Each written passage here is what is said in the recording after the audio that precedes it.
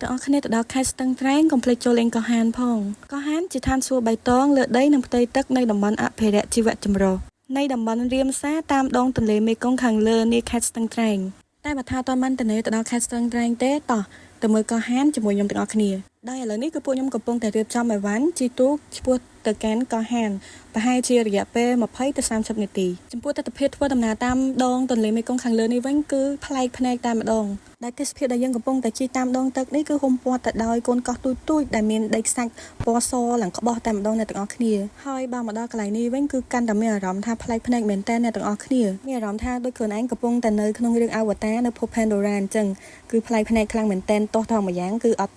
ចំពេលដែលស្ដាប់ស្លាប់ហោះហើយអ្នកខ្លះគឺគាត់អត់ទៅដល់កោះហានទេគឺគាត់ឈប់នៅចិត្តកោះទូចៗដែលនៅចិត្តកោះហានហ្នឹងតែម្ដងឥឡូវគឺយើងបានធ្វើដំណើរមកដល់កោះហានហើយក៏បានឃើញជាមួយនឹងភ្ញៀវទេសចរដែលគាត់មកមុនហ្នឹងគឺច្រើនខ្លាំងមែនតើចំពោះទឹកវិញគឺយើងមើលមកឃើញឡើងពណ៌បៃតងប៉ុន្តែពេលដែលយើងយកដៃទៅត្រង់ឡើងថ្លាឆ្វេងតែម្ដងអ្នកទាំងអស់គ្នាហើយគឺត្រជាក់ខ្លាំងមែនតើ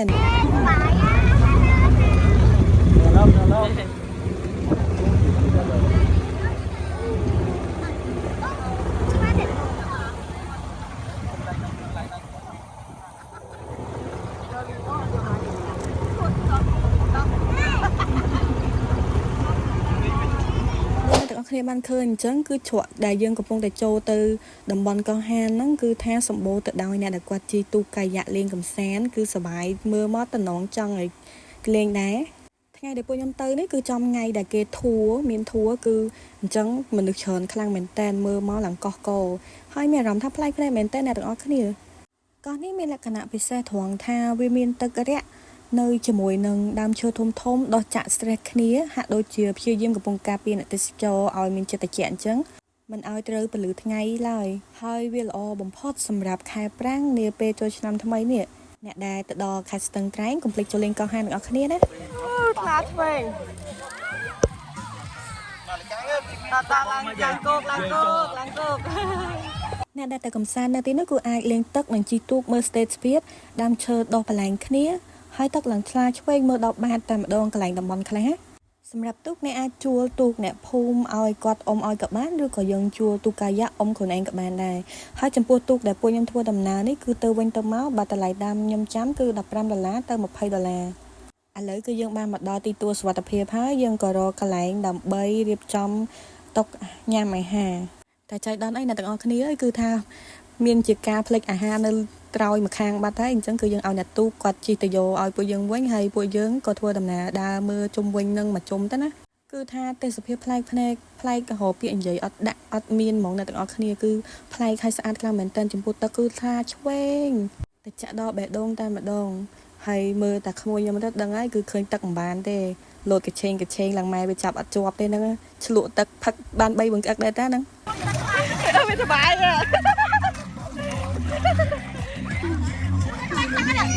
អើទៅ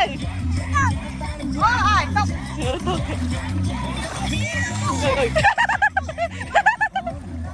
អីចាច់ណាមកលេកាឡើងទៅអាមើលអីអត់ទៅឡើងទៅ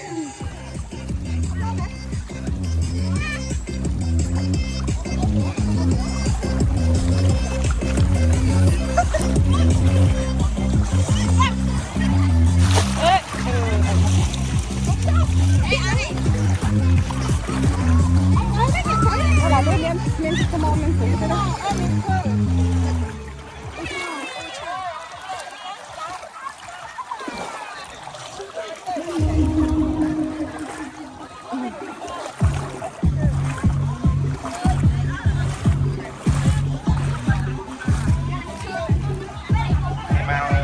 គេមកធូត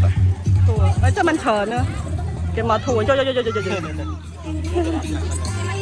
អូ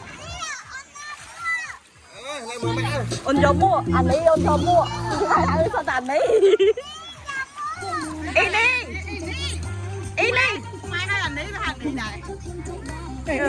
អីនេះហើយអីនេះហើយអីនេះមិនអើយអត់អើយ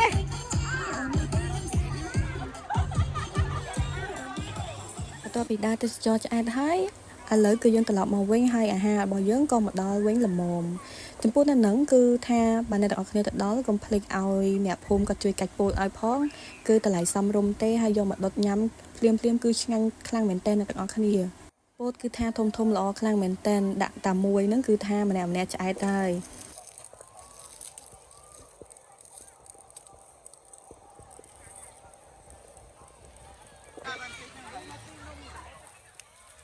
ថតវីដេអូហើយ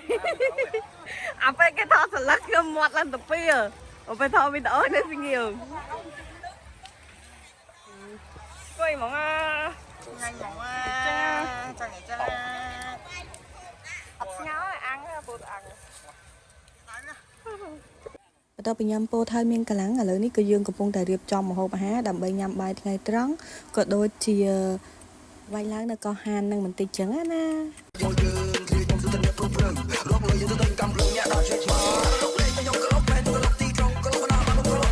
និយាយនេះគឺផឹកទឹកសុទ្ធទេញ៉ុកខំថតតែថាអត់បានញ៉ុក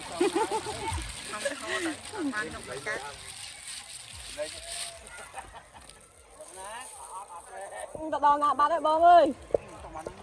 បានទឹកប៉ុណ្ណេះហើយទឹក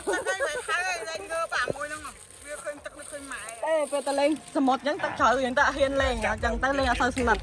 ដល់ពេលមកណាទឹករាក់ហើយរឿងនេះទៀតចាប់ដល់ហមនេះលេងឃើញហ្នឹងអញ្ចឹងមិនហៅទៀតទេហមនេះលេងឃើញហ្នឹងមិនទៅហែដល់ណាទេក៏ចេះហែតែគេសុបាយគេអូក៏ចេះហែវិញទៅរៀននៅមកតំណាន Ladies and gentlemen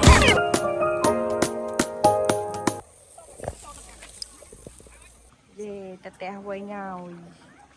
ដល់មកជីទុកតាមក្នុងkiaទៀត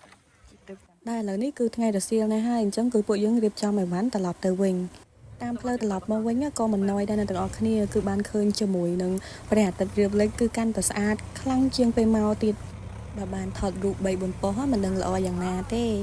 ពេលដែលពួកយើងធ្វើដំណើរត្រឡប់មកវិញហ្នឹងក៏យើងបានឃើញជាមួយនឹងវងដំរីកំពុងតែហែទឹកដែរ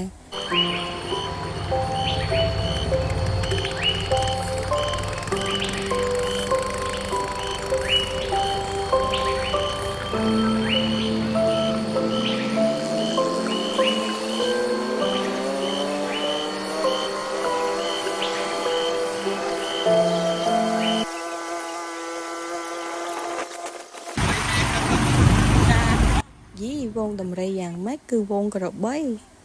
ហើយចំពោះអ្នកដែលមានបំណងចង់មកលេងនៅកោះហាននេះគឺអ្នកទាំងអស់គ្នាគួរតែមកខែប្រាំងទើបអាចលេងបានគឺបើតាមបងខ្ញុំប្រាប់គឺចាប់ពីខែ11មកដល់ខែ3ខែ4គឺអាចលេងបានហើយសុបាយតែចូលដល់ខែវស្សាហើយគឺលេងកើតហើយមកដល់ចុងវីដេអូហើយសម្រាប់អ្នកដែលអត់ទាន់បានចុច Subscribe page UM Adventure ទេអ្នកទាំងអស់គ្នាជួយ Subscribe ម្នាក់មួយផងដើម្បីឲ្យ admin មានកម្លាំងចិត្តអរគុណធំជប់សិនពេលដែលទៅស្ទឹងត្រែងទៅដល់កោះហានហ្នឹងកុំភ្លេចថតឲ្យ admin មើលផងណា